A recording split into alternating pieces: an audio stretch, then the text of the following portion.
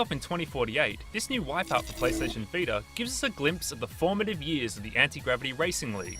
What's the year 2048 like, you ask? Well, it's before the world, and this series, became a fully blown future Tokyo neon wonderland, so you can expect a grittier setting.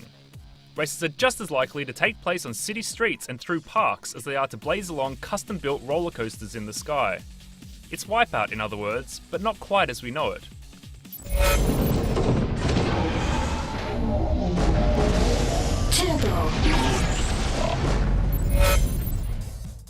One of the biggest changes is the visual language of the game.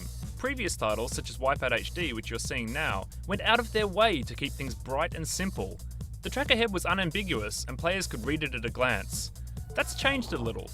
The more contemporary urban surroundings are presented with more realistic textures, more clutter, and thus less readability. Learning the courses obviously helps, and there are plenty of highlights from the 10 on offer. Capital Reach's underground run with its staccato speed boost corners, speeding up the side of a skyscraper in Empire Climb, the new Soul course with its vertiginous settings, sweeping corners and guardrail-free insanity. Ultima also returns, packing a couple of great slalom runs and one hell of a jump. However, the new look adds up to a game that's less intuitive to play. Don't get me wrong, it's really pretty, but the new art direction is a poor decision from a gameplay perspective, and it's exacerbated by the fact that it's on a smaller screen and runs at 30 frames per second, as compared to the PS3 titles, which felt a hell of a lot smoother at 60.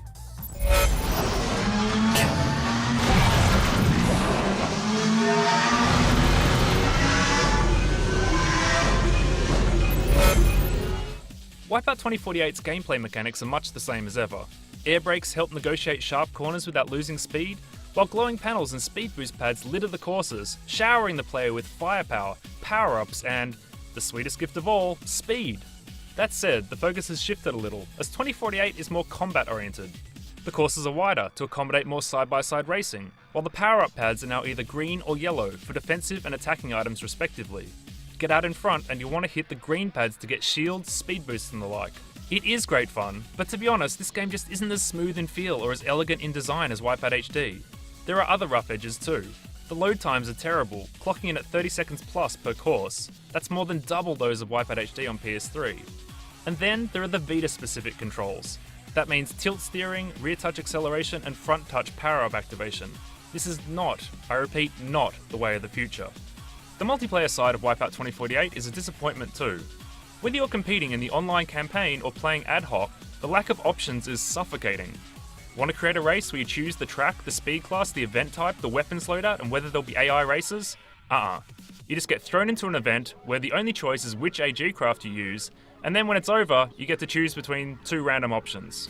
If you don't like online combat events, and I don't, well bad luck, because you're not getting any real say in the matter. Crossplay is cool, however. The game comes with all WipEout HD's content, so you can hop straight into online races against a mix of players on both PS3 and Vita.